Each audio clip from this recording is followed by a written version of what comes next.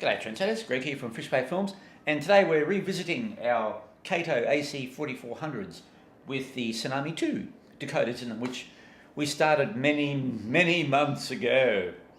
So the hold up with these is been the lighting issues. So as you know, with Katos they have their light pipes, and the new Tsunami 2 boards don't have the LEDs sticking out the end for the light pipes, which is good because it forces you to put better lighting in the old Kato. So we'll get into these and have a quick look at what we're doing, and then I have to finish this one, and we'll go up the shed and we'll show you the results. I've finally bowed to pressure, trendsetters, and tried using some SMD LEDs in the ditch lights. It's been a pain, but we'll have a quick talk about that and which ones you should buy, and have a look and see what the result is. So let's delve in. For the headlights, trendsetters, I'm using these tower LEDs. Now they're called the tower LED because they have a little protrusion on the end there. You can see that there.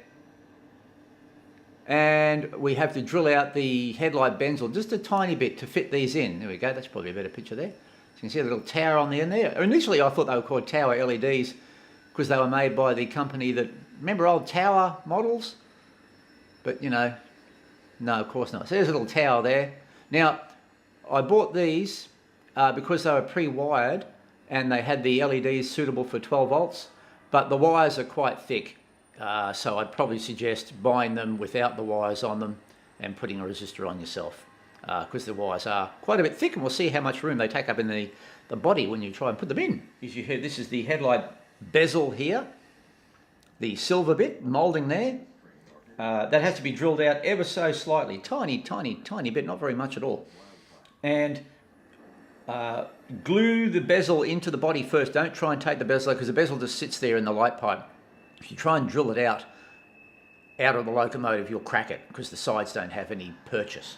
So if you glue it in there, tiny little drill, I forget what size drill it is, but it's just slightly oversized. Drill it from the inside out, and there'll be a nice little press fit. There we go. There'll be a nice little press fit. And then all I had to do was just slightly get a little bit of emery paper, or should I say glass paper, and just run it around the LED like that, and they're a nice little press fit in there. Also, the ends of these are actually where are we? Bloody hell, Greg, look at the camera. The ends of these LEDs are polished, and they really are bright. They're actually probably too bright. And with the new Tsunami 2s, you can dull that down. So I'll have a look at the wiring. Now with the number board lights, I just cut the light pipe off somewhere in the cab and drilled a hole up into the actual plastic up in here, and just glued the tower LED into the end of the plastic there. You know, many ways you can do it, but that gives a nice diffuse light. Really lights up the number boards quite nicely, actually. Now the wires coming from the headlights, you can see they're huge because I used two LEDs. They stack. If you put them the flat bit horizontal of the tower LED, they will stack right close to next to each other, and you can get an LED in for each headlight. And that is really bright. And so the only trouble with these is their wires are huge, as far as our wiring size is concerned anyway. But it's okay. If you don't have much space, you definitely have to use smaller wires. So buy the LEDs without the wire and the resistor on. They came with a resistor and everything, so it was easy, but you know, it's a bit of a fiddling around.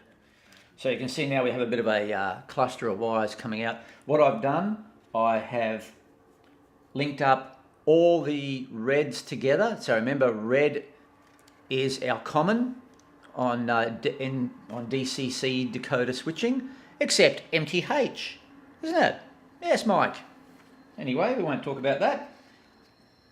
But most normal people switch the negatives on the decoder, which is seems to be an industry standard. So all your positives are common. So I've commented all the positives up, and that is coming out of this one wire here. So that's all we need to do is run one wire down to our common positive on the decoder. And then we have our backup light. Well, we've got our backup light, we've got our number board lights, we've got our headlights, and yeah, there. So we've got those clustered there. I'll get my hands out the way. And then we've got Our bloody ditch light wires. These crazy looking things here. God. Anyway. Now also what I've done with the ditch lights, the two black, which are the switched wires for the ditch lights, I've commoned them up because they're going back to one function because BNSF don't switch their ditch lights. So there's two resistors. The resistors for the actual ditch lights are down in here.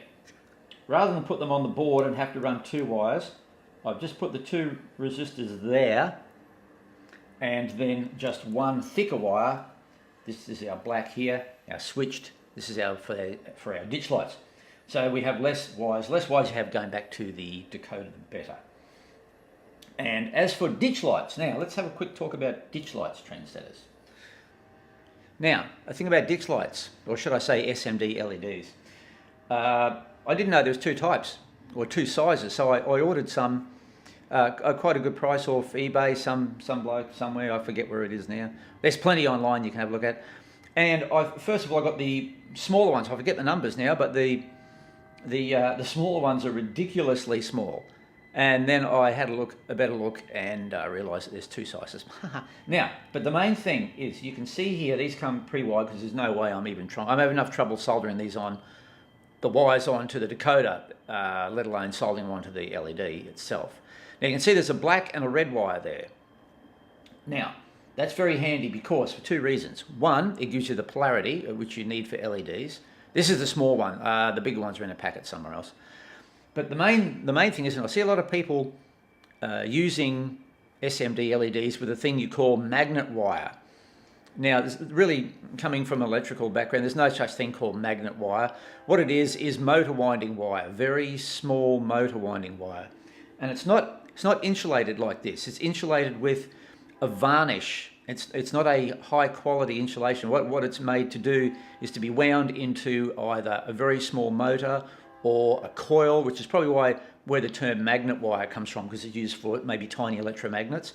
But it's actually not magnet wire, it's motor winding wire or coil winding wire. It's not meant to be used like this where you put it in and move it around. And even though once a ditch light or something is in, it shouldn't move, but that wire isn't really designed to be used in this sort of situation. And it's very easy to rub the varnish off and get short circuits. And so my advice to you, trendsetters, taking the modelling hat off and putting my electrician's hat on, is to either buy your SMD LEDs with this proper electrical insulation wire, PVC insulated or nylon, whatever they use, proper electrical insulation and not the magnet wire, because it will give you problems down the track if they're rubbing together or vibrating or whatever. Normally they're not made for that. So that's just a little bit of advice there. I know probably hundreds of people use the magnet wire, but I personally wouldn't, because down the track it may give you problems and short out the lighting. Now, another thing about LEDs is your decoders have a absolute maximum of 100 milliamps output per lighting output. So each function can only give you 100 milliamps. And so you must be very careful of that and not really go anywhere near it.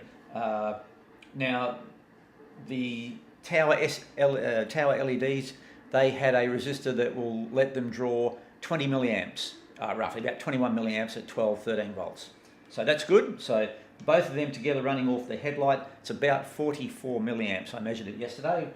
Now make sure, if you're a model railroader trendsetters, you need a good multimeter, a reasonably good multimeter. And I was just put it on milliamp current, and you also, obviously very handy to have, where are they? Some little leads with alligator clips and little things on so you can rig up. So I just went basically from the decoder through the meter to the LED, through the LED in series, and got my current readings. I actually did it before I put them on the decoder too. I run them all for battery to see roughly where they were. And the SMD LEDs, I put a 900k resistor on each one of them. Remember, a resistor for each LED. And they're only drawing 20 milliamps for both of them. So I could actually probably go down to a 680, maybe 700 ohm, resistor. and I can probably get the ditch lights a bit brighter, but anyway, we might try that on the next one. But they're running 900 ohm on each one of them, and they're actually drawing about 10 milliamps each. So beware of that. You've got 100 milliamps per lighting output. So stay well below the 100 milliamps because there is no protection for overload on that. And if you overload the lighting circuit, you will bugger the decoder trendsetters. How do I know this? Trust me, I just know. Also, for the rear backup light, same thing, I cut the light pipe off right at the end and just drilled into the plastic and shoved the old tower up the bring gear trendsetters and glued it in. And the backup light is really bright too. So they're quite good, these tower LEDs. If you don't want to muck around with SMD LEDs. I could have put 2 in the back, but we hardly ever use a backup light, and it's bright enough with 1. Right, we'll have a look at this board here, how I've done the sound on this, and then we'll wire it all up and we'll get it up the shed. Now, another thing you have to be careful of, especially with the small wires coming from the ditch lights, is make sure they don't fall down and get trapped in the mechanism or in the locomotive. So what I did here, I used a little bit of heat shrink and I glued that to the side, and that little bit of heat shrink there, I haven't shrunk it down, it's just like a little conduit. So the wires from the LEDs, the ditch lights, go through there, and that stops them being from falling down into the front drive mechanism, because that lines up pretty much exactly there with your tail shaft and your uni and everything here. So that's held up through that little bit of conduit there, and then of course they're taped further on down here. Also, I have put some Captain tape across here, just in case anything doesn't fall down there, and there are also wires are taped up further in the decoder up there. Now, moving down to the other end trendsetters. On the first one I did with the Tsunami 2, I actually put the speaker up in here, in this section, this raised section up in here where the dynamic brake hood and everything is. And that works quite well too, but it was getting a little bit congested with all these wires. I had to try and move all this wiring down the other end. Once again, if I would have used smaller wires on the LEDs, if I didn't buy the SM LEDs with they're wired up previously, it probably would have been a lot easier. But this one I decided to use a different speaker, a slightly smaller cube, should I say oval speaker, and it fits nicely down the other end. And because we don't have the rear light pipe now, that was always the issue before. We couldn't really put a bigger speaker down here because the light pipe comes through from the rear headlight. But because now we've cut that off, I can put a taller speaker in here and a shorter one. So I think it's probably going to be nicer because the sound will be going up and the speaker in the tank will be going down. So we'll probably get a nicer sound out of that. And we'll get some noise coming out of the exhaust as well. So that's probably about it for the lighting upgrades. Same, you know, the same usual suspects in the LEDs in here. It took me ages to get them in there. A little bit of tacky glue to glue them in, and they just followed where the old light pipes went before. So, you know I said I'd never do SM LEDs, but I was forced into it, and it's a struggle, trendsetters. With one good eye, no depth perception, it really is difficult, but we got there and they work. So we'll probably do a few more. So let's get this wired up and we'll show you what it's going to be like. Okay, we have all our wires soldered up now. We've got a number of wires coming down here. We've got our common for all our lights other than our ditch lights, our red common. And we've got backup light, headlight, which is combined into one from the 2 LEDs. And we've got our ditch lights, and we've got our number board lights. And here we've got the 2 little red commons, positive commons, for the ditch lights, which I think next time I will common up as well, like I've done the negatives for the ditch lights, and just bring them down as one wire. Also, you can see these wires here are huge from the tower LEDs. They're quite big, so I think what I'll do next time is also cut them off at the LED and put on some smaller wire, just so it's a little bit, less. This stuff is not really, it's flexible, but nowhere near how it should be. So anyway, we'll tidy all this up and we'll put the body on and we'll see what the shed trendsetters. Okay, we've got the body back on and have to do a few more details on it yet. Finish the handrails and all that sort of stuff. But first thing, very impressed with the sound, having that speaker coming up. Sounds coming up through the exhaust here. and a lot cleaner than the other one. I haven't done any EQ on it yet, and I have to turn off all the random sounds because the clickety-clacks going and other things. But anyway, we're doing sound on another video, trendsetters. Now, the only trouble is, of course, they've got 5 and 6 as your manual notching up and down. So you lose 5 and 6 for your ditch lights. You could remap it, but then you'd have to put your manual notching up and down. I shall look into that. Maybe I will remap it, but for the moment, 5 and 6 is your notching, manual notching up and down, which is quite handy actually. If you're not going to use the dynamic digital exhaust or the full throttle or whatever you want to call it. I don't like it. It's a unique novelty function, but as I've said before in other videos, I don't like it because only the lead locomotive will work and not the other ones unless you have all Tsunami 2s. There's the, that's a steam sound. Compressor, no, it's not a compressor. Yeah, that's the steam compressor I think going. So I've got to turn off all these automatic sounds, but the sounds are very nice. So we have to go shift headlight, function 25, number board lights. There we go. They're really nice. I'm really happy with that. They're not too bright and very crisp. That's with the one tower LED drilled out into and put up into the end of the light tube. I cut most of the light tube off for the number board lights. Very nice. Now headlight. I mean, that's just crazy bright. It's probably a little bit too bright. Also with the Tsunami 2 you can dim the lighting function, so I'll look into that.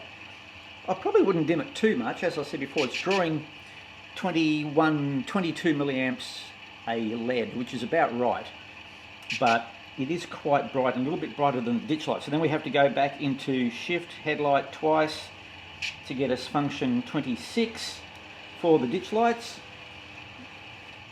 So there we go. So see, they're a little bit duller, the ditch lights, but also that's because I said previously I'm running 900 ohm resistors, 0.9 of a K, and they're only drawing 10 milliamps. So these SMDs can, draw around 20. So I could sort of really make that a lot brighter, but I think I'm happy to run them at that and lower the headlight.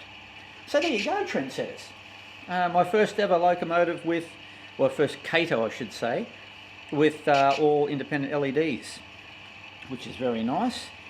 Now also the dim function doesn't really take much off it, so you can also adjust that, and you can adjust the dim function to come out only one output or two. So what I think I might do is have the dim function just on the headlight.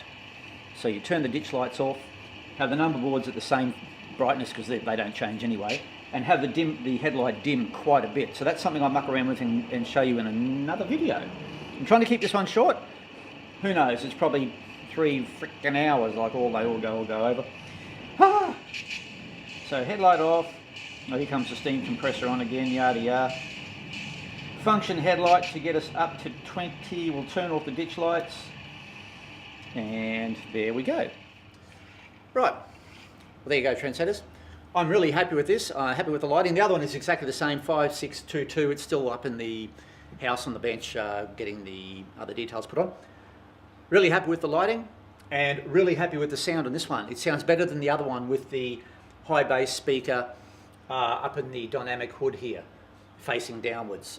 This one with the smaller rectangular speaker facing up, coming up through the exhaust. The sound is great, a bit cleaner, and I really like it. We've done this before on an early Tsunami 2 video. Both of the speakers are 4 ohm speakers wide in series to give you 8 ohms, which you should have on your decoders. They're designed for an 8 ohm load. That's what you should drive them. You can drive over 8 ohms, that's fine with speakers, but you should not drive under the rated ohm rating or the impedance. So we've been through that in another video. So I love the lighting. Where's the controller? We'll just flash the headlight, hello. Something flashing in the screen, trendsetters. What's that telling me? Oh, I think I'm running out of card. Anyway, it's time to go. Stop flashing headlights. Goodness me. Right, Chuck, really happy with that. The SMD LEDs, I'll have to put up with them. They're fiddly, but with the proper wire, they're a lot better. Anyway, Next one on the Tsunami 2 will be sound and setting up the dry, which I'm very happy with out of the box, but we'll have to speed match them to the others. So thanks again. Hope this isn't too long again, and we'll see you in the Birdwood sub very, very soon. Bye-bye. Where's the horn? Oh, hang on, one thing you can do on the new one. Ha! See ya, bye.